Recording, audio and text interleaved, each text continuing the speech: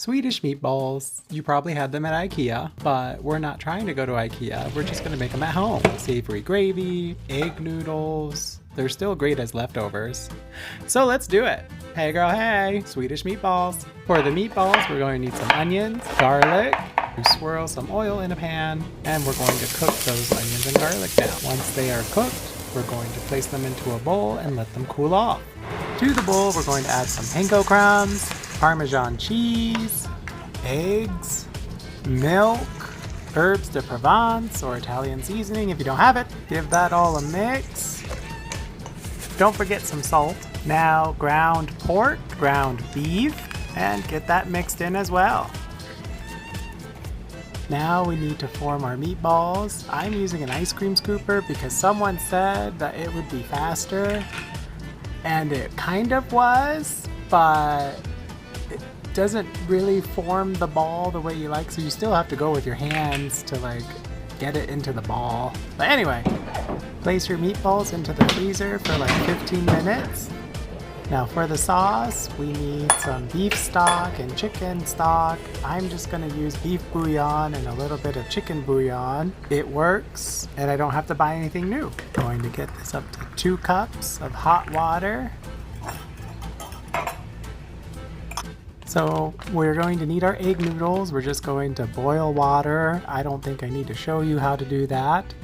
So there it is, water's gonna boil, and you're gonna cook your egg noodles to the directions. For the meatballs, we have 2 different ways we can cook them. You can cook them on the stovetop, or you can place them in the oven. If you're gonna do it on the stovetop, we're gonna put some oil on the pan, and then we're going to cook our meatballs all the way through, and we have to rotate, and we have to do them in small batches, which is why I like doing them in the oven, because I can get all of the meatballs cooked at the exact same time.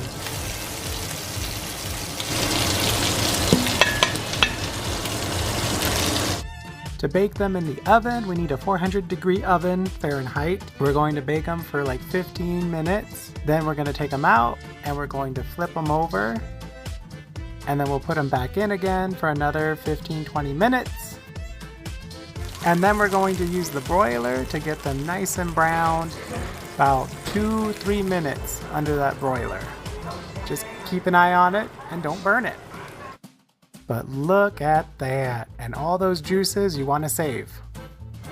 Into a pan, all of those meat juices, we're going to add butter. Mix the butter around, and then we're going to drop in some flour to make a roux. Constantly stir that flour around until it's cooked. Then drop in your liquid mixture. Give it a mix and cook it down to your desired thickness.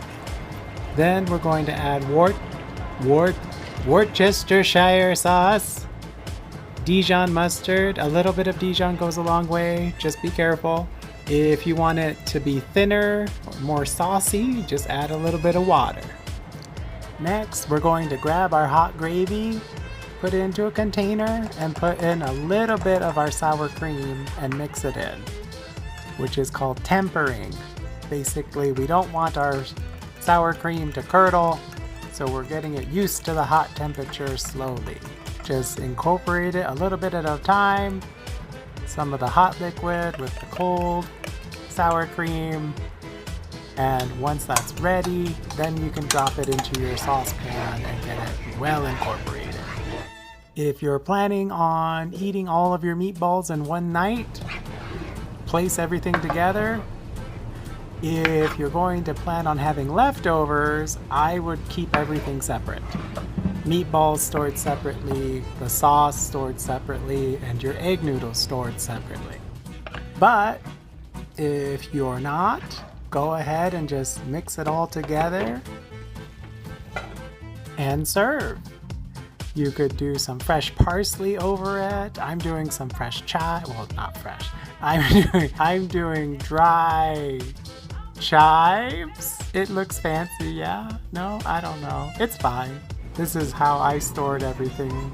Everything is separate because I want it to not get soggy. Don't be afraid that the sauce congeals. It'll be fine when you microwave it. Here's an example. This was the next day as leftovers. The sauce melts, it looks great, it tastes fine. You'll be eating something not from IKEA, but at home.